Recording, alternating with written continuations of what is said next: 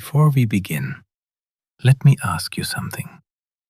If the person you've shared your life with suddenly wasn't there tomorrow, would you know which coffee they like best? Would you know where they keep the important papers? Would you know all the little things they quietly do every single day without ever mentioning them? Most of us think love is built on the big moments, anniversaries, vacations, birthdays. But sometimes you don't realize what love really looked like until you're standing alone in a grocery store, unable to remember which loaf of bread your wife always bought. This is one of those stories. And if you've been married for a long time, or loved someone for a long time, I think it'll stay with you long after it's over. My wife passed away on a Thursday. 3 weeks later, I stood in the bread aisle of our neighborhood grocery store for almost 10 minutes.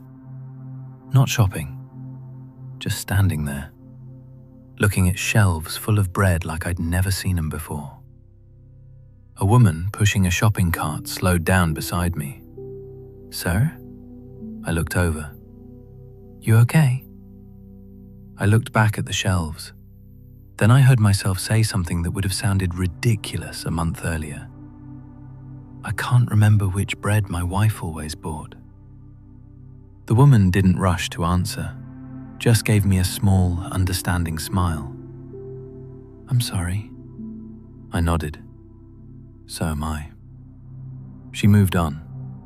I stayed where I was. Another minute, maybe 2. Then I quietly set my shopping basket on the floor and walked out of the store without buying anything. People probably figured I'd forgotten the bread. I hadn't. I'd forgotten something a lot bigger.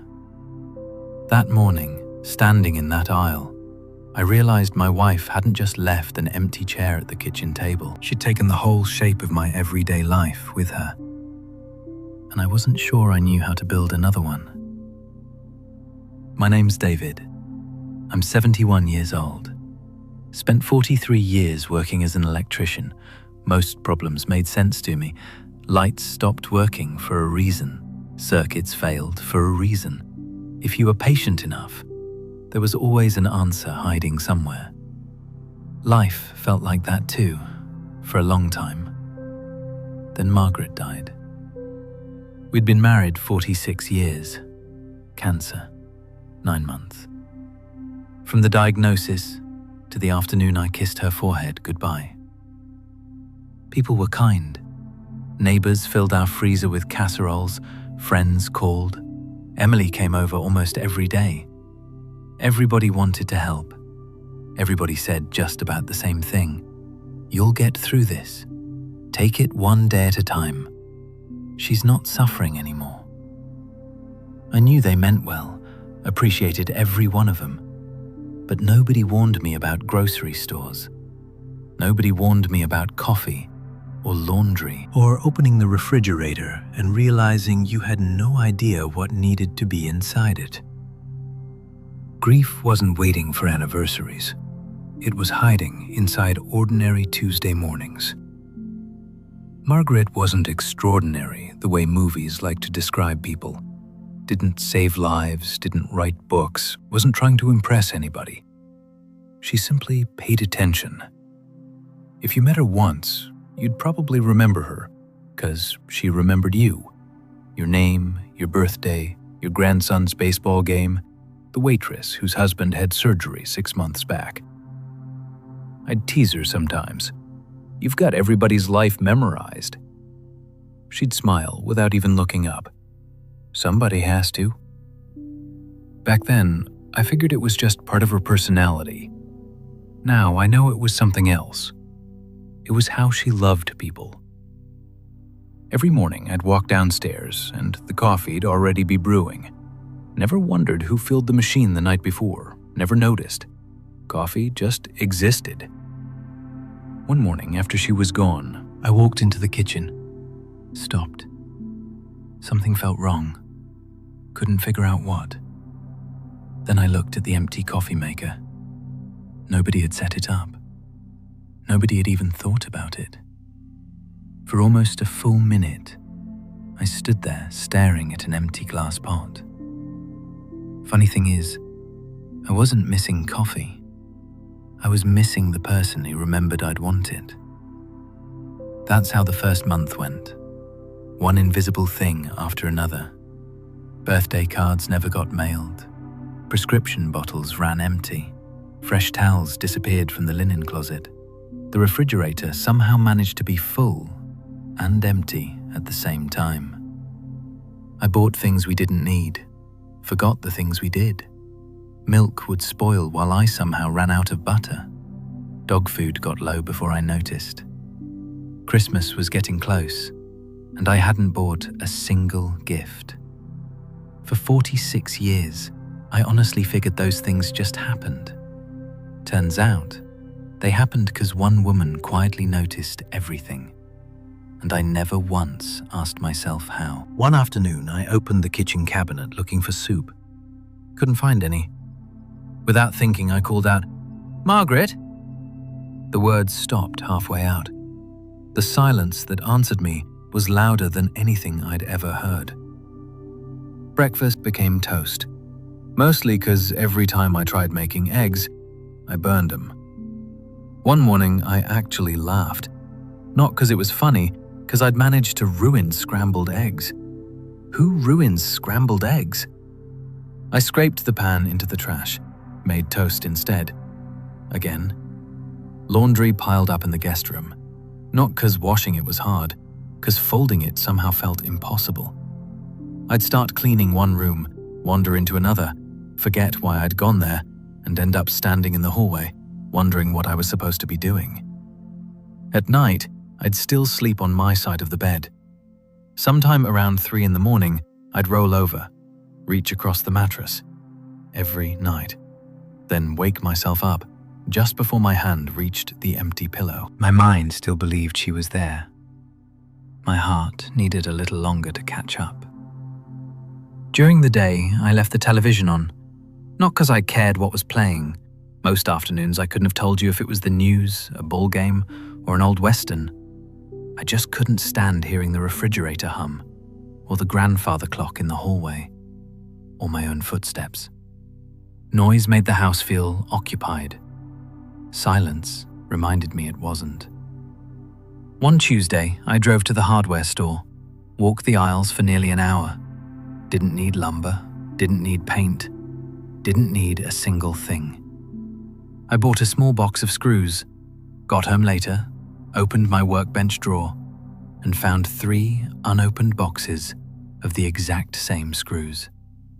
The cashier had smiled when I paid. "Working on something?" I smiled back. Not really. Truth was, I just wasn't ready to drive back to an empty house. A few days later, Emily stopped by. Never knocked. Hadn't since she was 16. "Dad?" "In here." She walked into the kitchen carrying grocery bags, set them on the counter, then quietly looked around. Dishes in the sink, mail stacked up. Trash should have gone out 2 days earlier. She didn't criticize, didn't sigh, didn't start cleaning right away, just started putting groceries into the fridge. After a minute, she asked, "When's the last time you ate something besides toast?" I shrugged. "I had soup yesterday." "Canned?" "Yeah." She nodded, then picked up the pile of unopened envelopes. "Dad." "I know." "You haven't opened these." "I'll get to them." She looked at me a long second. "You've been saying that for 2 weeks." I didn't answer, because she was right. Wasn't that opening the mail was hard? Just felt unnecessary. Every envelope seemed to belong to the life Margaret and I used to have. Electric bill, insurance, advertisements addressed to both of us. Even junk mail still showed up with both our names on it. Every piece reminded me the world hadn't figured out she was gone. After a while, Emily sat across from me, wrapped both hands around her coffee mug. "Dad?" "Yeah?" "Have you thought about moving closer to us?" I looked around the kitchen. The oak table Margaret insisted we buy instead of the cheaper one. The curtains she'd sewn herself after saying store-bought ones looked lonely. The clock above the pantry that always ran 5 minutes fast because she believed it kept us on time. Every corner of that house still had her fingerprints on it. I took a slow breath. I'm not ready to leave her. Emily lowered her eyes, then said something I'd spend months thinking about. "Maybe you're not leaving Mom." She paused. "Maybe you're leaving the version of life that ended." I wanted to argue, wanted to tell her she didn't understand, but I couldn't, 'cause truth was, I didn't understand either. After she left, I walked out to the garage, not 'cause I had a project, 'cause that's where I'd always gone whenever life got too loud.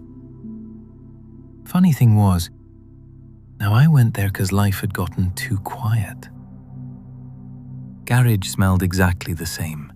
Motor oil, old wood, sawdust, paint thinner. Nothing in that room cared that Margaret was gone. The workbench still had a faded coffee ring from a mug I'd forgotten to move months back. Every wrench hung where it belonged. Every screwdriver had its place. Every drawer made sense. I stood there looking around, then laughed quietly to myself. I could wire a whole house from memory, replace a breaker panel without opening a manual, teach a 25-year-old apprentice why a circuit kept tripping before he'd even found the panel. But somehow, I couldn't figure out what groceries I needed for 3 days. Life's got a strange sense of humor sometimes.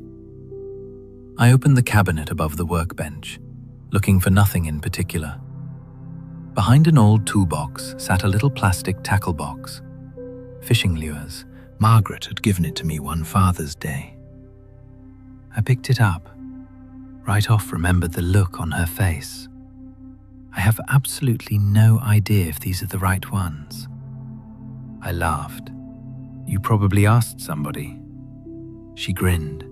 3 different people. Only 3. I figured if all 3 picked the same lure, I'd probably be safe. That was Margaret. Never guessed when paying attention was an option. Back then, I figured she was just being careful. Now, I realized she'd spent 46 years learning people the same way I'd learned electrical systems. Patiently, quietly, one little detail at a time. And somehow, I'd mistaken all that effort for something that just happened natural. It didn't. She built our life, one ordinary detail after another. About a week later, Emily came over again. This time she brought my grandson, Ben. He was 12. Tall enough, he was starting to look less like a little boy and more like the young man he'd eventually turn into. He walked straight into the garage. "Grandpa." "Hey, buddy." He looked around. "What are we working on today?" For a second, I almost said nothing. Then I noticed an old table radio sitting on the shelf. Hadn't worked in years. I picked it up. "How about this?" His face lit up. "Cool." We carried it over to the workbench. I handed him a small screwdriver. "First rule. Wood. Never force old plastic." He laughed. "Why?" "'Cause old things break easier than they used to." He nodded like I'd just handed him some great secret. For the next hour, we took that radio apart piece by piece. I showed him how to keep every screw in order, how to look for cracked wires, how to stop before rushing. He listened, asked questions, sometimes just watched my hands. And all of a sudden, I wasn't 71 years old anymore. For a moment, I was 35, standing beside a little girl who wanted to know how a flashlight worked. Or 43, showing Emily how to change a tire in our driveway. Funny how memories sneak up on you. Emily stepped into the garage carrying 2 bottles of water, stopped without interrupting us, watched a minute, then quietly smiled. I haven't heard Dad talk this much in weeks. I pretended I hadn't heard her, but I did. So did Ben. He didn't look up, just kept turning the screwdriver. Like he already understood something most grown-ups take years to learn. Sometimes, love means pretending not to notice. After they left, I carried the radio back inside, set it on the kitchen table. Still didn't work, but somehow I felt better anyway. That surprised me, because nothing had really changed. Margaret was still gone, house was still quiet, but for the first time, the quiet didn't feel quite as heavy. Lonely, yes, but not empty. Next morning, I finally opened the pile of mail. Electric bill, insurance statement, coupons. Then, a birthday card, addressed to Margaret. Postmarked 3 days before she died. I held it a long time, ran my thumb across her name. Couldn't bring myself to open it. Not because I thought she'd somehow read it, because somebody out there had remembered her birthday, without knowing they'd already missed it. I set it gently inside the kitchen drawer. Some things don't need to get thrown away. A few days later, I decided to clean the garage, not because it was dirty, because keeping my hands busy was easier than sitting alone with my thoughts. I started pulling old paint cans off shelves, threw away extension cords that hadn't worked in years, found enough spare light bulbs to last another decade. Near the back wall stood an old wooden cabinet. Margaret used to call it my museum. You save everything. You never know, she'd smile. You've been saying that since 1987. She wasn't wrong. Inside one drawer, under a stack of instruction manuals, I found a blue spiral notebook. Nothing written on the cover. I almost tossed it aside. Then I opened it. Margaret's handwriting, small, neat. First page. Groceries, milk, chicken broth, coffee filters, bread, eggs. Next page. Doctor appointments, prescription refill dates, Emily's anniversary, Ben's birthday, neighbor's knee surgery, call Susan Tuesday, send birthday card Friday. Wasn't a diary, wasn't poetry, wasn't anything anybody would think to save. It was simply our life. Page after page, all the invisible work she'd quietly carried. Curtain measurements, phone numbers, gift ideas, recipes, things that kept our days moving without either of us noticing why. I kept turning pages, then all of a sudden, I stopped. One sentence, written beside an ordinary grocery list. David likes his coffee stronger on rainy mornings. That was it. Nothing dramatic, no heart drawn beside it, no I love you. Just one simple observation. I read it again, then again. Without even realizing it, I sat down in the old chair beside the workbench because something inside me finally gave way. For 46 years, she'd been paying attention, not just to birthdays, not just to groceries, to me, to things I didn't even know were habits. Rainy mornings, the extra blanket I'd always reach for during football season, the soup I wanted whenever I caught a cold, the way I'd whistle without realizing it whenever I fixed something that'd been giving me trouble. She'd noticed all of it, not because I asked, not because she kept score, because that was how she loved. And all of a sudden, one question hit me harder than anything since her funeral. How many things had I quietly learned about her? How many little details had I ever noticed simply because I loved her? I searched my memory. Her favorite flower? Yeah. Her favorite pie? Yeah. But what about the tiny things? Did I know how she liked her coffee when she couldn't sleep? Did I know what she thought about during long drives? Did I know which songs she secretly skipped every time they came on the radio? Wasn't sure. And that realization hurt in a way I hadn't expected. Not 'cause she'd asked for more, she never had. 'Cause I wished I'd paid closer attention while I still could. I closed the notebook, not 'cause I'd finished reading it, 'cause I couldn't keep reading. For a while, I just sat there. Rain tapped soft against the garage roof. Notebook rested in my hands.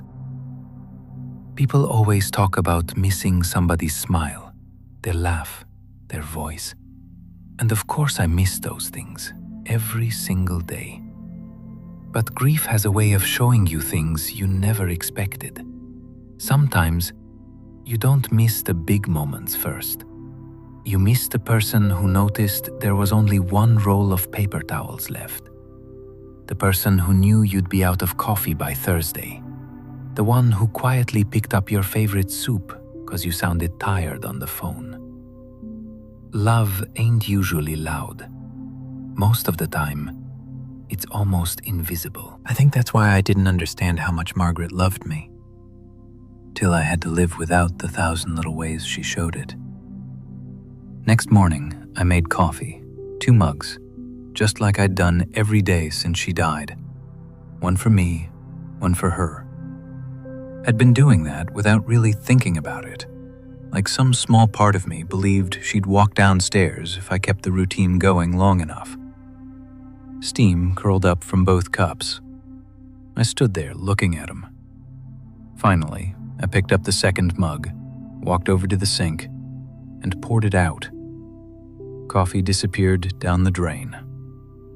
I stayed there a second longer than I needed to, not 'cause I was forgetting her, 'cause I suddenly heard her voice in my head. David, that's enough. She would have smiled saying it, gentle, not trying to rush me, just reminding me she'd never wanted me to stop living. That simple moment hurt more than I expected. Felt like saying goodbye again. But this time, it also felt like listening to her. Later that afternoon, I opened the notebook again, only this time I didn't read it like a memory. I used it. Copied her grocery list onto a piece of paper. Milk, coffee filters, chicken broth, bread, eggs, the basics, nothing fancy. I drove to the same grocery store, walked to the bread aisle, reached for the loaf she'd always bought. No standing there frozen, no walking away empty-handed. First time since she'd died, I came home with everything I actually needed. No 6 cans of soup, no forgetting milk, no random stuff I'd never eat. Standing in my kitchen, putting groceries away, I smiled without meaning to. Funny, spent weeks trying to learn how to live alone. Turns out, Margaret had left me instructions. Not in speeches, not in letters, in grocery lists. Over the next several weeks, that notebook became part of my mornings. Not because I couldn't manage without it, because it reminded me of something bigger. Margaret had spent 46 years paying attention. Maybe it was finally my turn. That spring, I planted flowers along the front porch, bright yellow ones. Every year, Margaret used to point at them outside the garden center. "Aren't those pretty?" Every year I'd answer, "Maybe next spring." Well, eventually you run out of next springs, so I planted them. Every morning I'd carry my coffee outside, water them, sit on the porch. Across the street, Mrs. Wilson waved. "They're beautiful." I looked down at the flowers. They were Margaret's idea. Mrs. Wilson smiled. "I know." Of course she did. Margaret had probably talked with her about those flowers years back. Another conversation I'd never been part of. Another reminder she'd quietly woven herself into the lives around her. Ben started coming over every Saturday. Old radio finally worked. Then we fixed an old lamp, then a fan, then a clock. Sometimes nothing actually needed fixing, so we'd organize tools, sort old bolts, sweep the garage, talk about baseball, school, friends, the kind of conversations that don't seem important till years later when you realize those were the moments that mattered most. Without even realizing it, I found myself looking forward to Saturdays, not because they distracted me from Margaret, because they reminded me life was still making room for new memories. One evening, Emily called.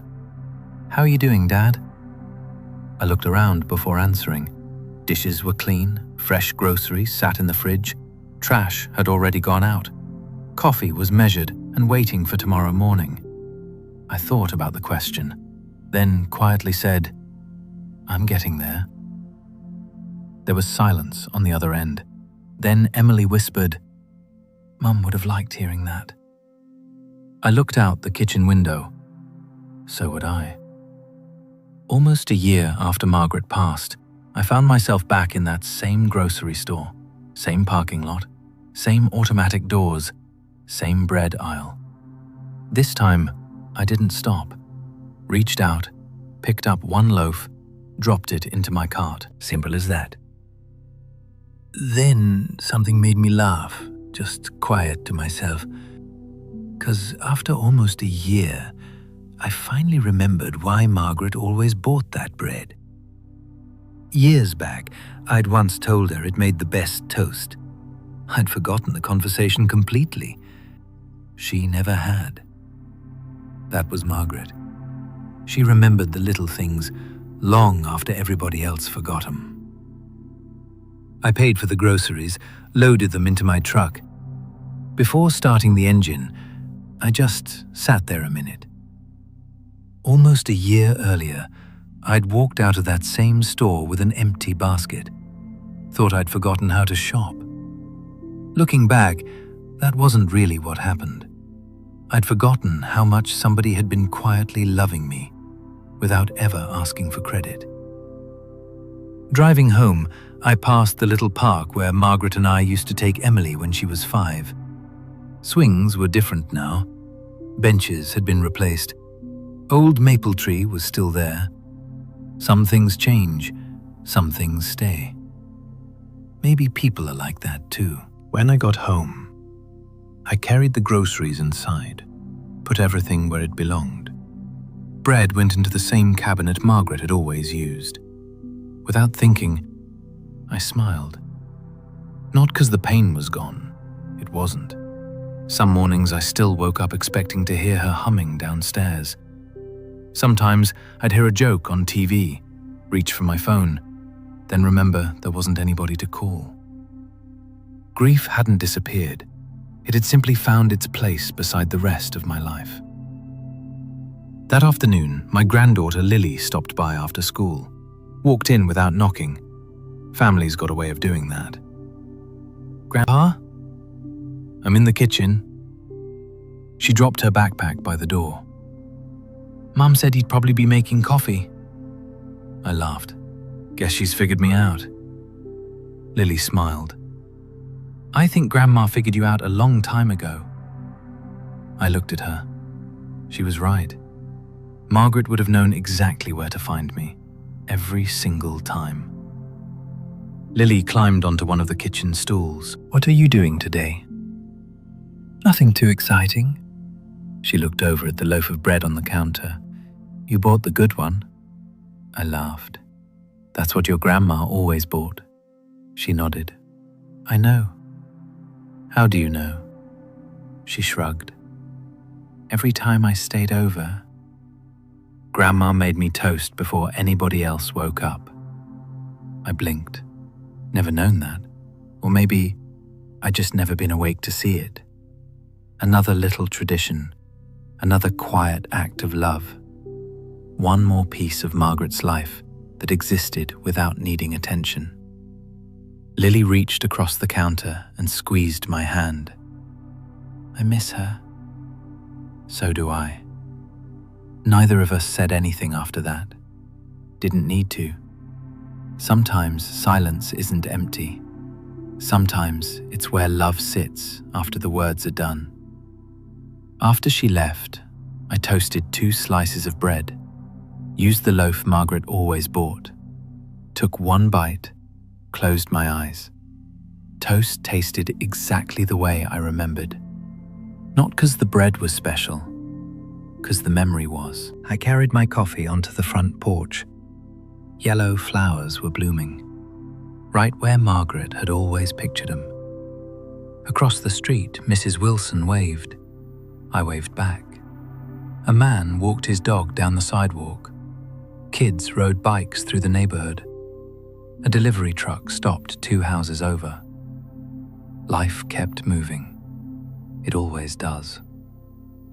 For a long time, I thought losing my wife meant losing the person I loved most.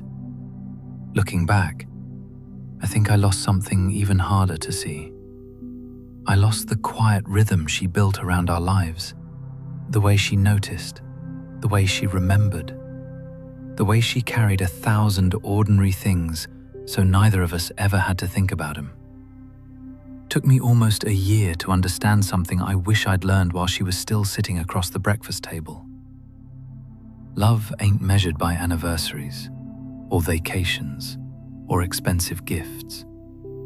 Most of the time, love looks like buying the right loaf of bread, making somebody's coffee a little stronger because it's raining, remembering which blanket they always reach for in October, knowing they're worried before they admit it. Those things seem so ordinary till they're gone. I'll miss Margaret the rest of my life. 46 years don't just disappear because one person does. It becomes part of who you are. But somewhere along the way, I finally understood something. Margaret wasn't preparing me to live without her.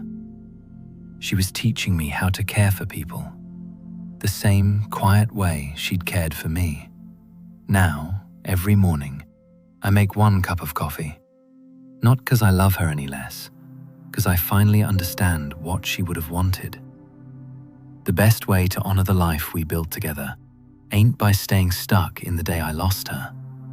It's by paying attention.